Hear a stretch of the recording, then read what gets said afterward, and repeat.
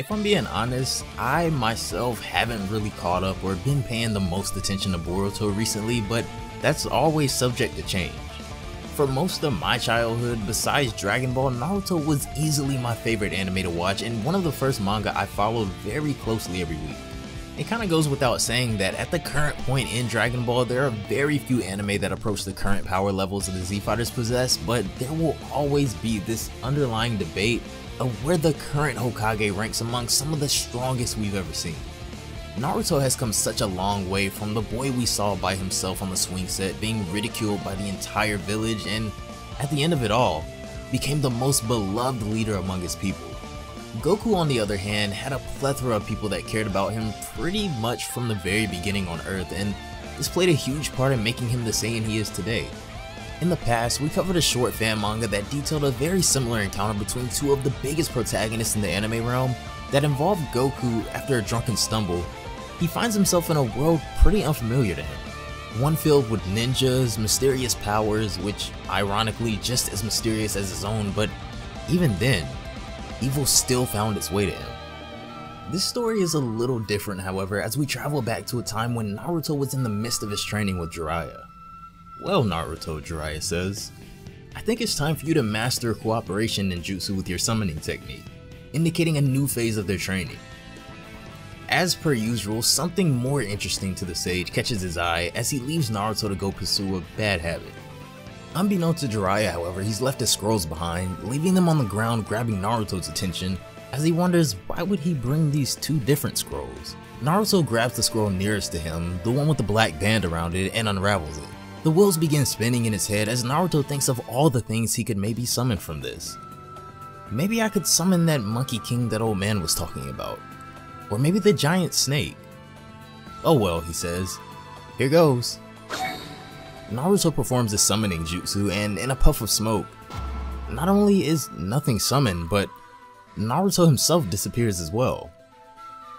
This is a pretty short, nearly one-shot crossover fan manga called Dragon Ball Goku vs Naruto, and as we can see already, this story involves such an early on version of Naruto nowhere close to where he stands today, but the Kyuubi inside of him has always granted Naruto otherworldly strength, as we've seen, but now, he'll find himself in a world where magical orbs can bring people back to life, and power is on a much larger scale than the world he knows. If you guys want to check out Dragon Ball Goku vs Naruto for yourselves, the link as always will be down below in the description box. And the art is pretty sick in this one as well, guys, so definitely go check that out. If you haven't already, be sure to have those notifications turned on down below to never miss an upload. And if you've been enjoying all of the Dragon Ball content we've been covering recently, consider leaving a like on this video as well, it really helps out a ton, guys. Also, be sure to follow on both Twitch and Twitter to stay up with me and all anime related content. But without further ado, the first thing we see is Naruto free falling through the air after his strange summoning jutsu mishap, but where he ends up is the complete opposite of anything he would have ever guessed. Master Roshi is sitting in front of a TV watching his usual programming when all of a sudden, a huge hole is made in the roof of the Kame house as something hurtles out of the sky. Naruto clinks him right on top of the dome as two of the hardest heads in anime collide as Roshi asks him, "Wait, where did you come from, you little dwarf?" From the other side of the room, we see Goku for the first time as a young boy, with Naruto somehow warping himself into the early days of Dragon Ball. "Huh? What's that noise?" he says, turning around noticing the commotion. Amongst Roshi and Naruto arguing, Goku walks over, poking him, asking, "Hey, who are you?"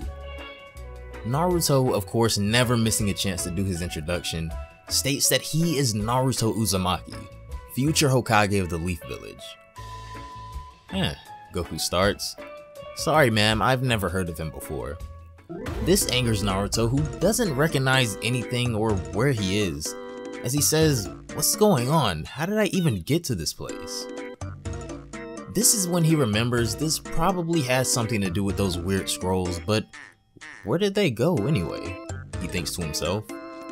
Goku cuts in, sensing a strange power within Naruto, and asks him to spar because he seems pretty strong. "Huh, sure, I'll whoop you real quick," Naruto replies, "then I'll get back to the Leaf Village." I wonder how far off course I am, he thinks. "Great, alright," Goku replies, walking up the stairs.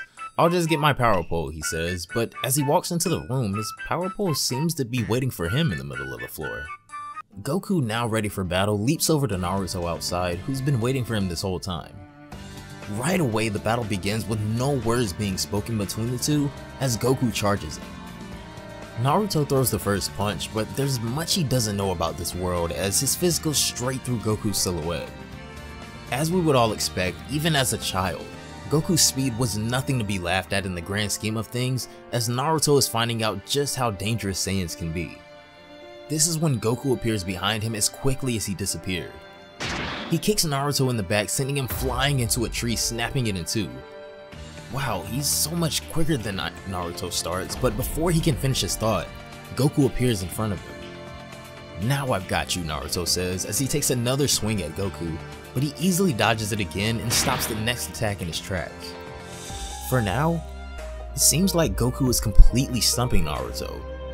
Even as a child, however, by this point in his life, Goku has already saved the world multiple times and done battle with truly evil enemies, so it should go without saying that he would be much more advanced in his martial arts right now than Naruto is. One thing I want to ask you guys, however, is how would you think this would go if Naruto were to somehow release the chakra of the Nine Tails in his battle with Kid Goku?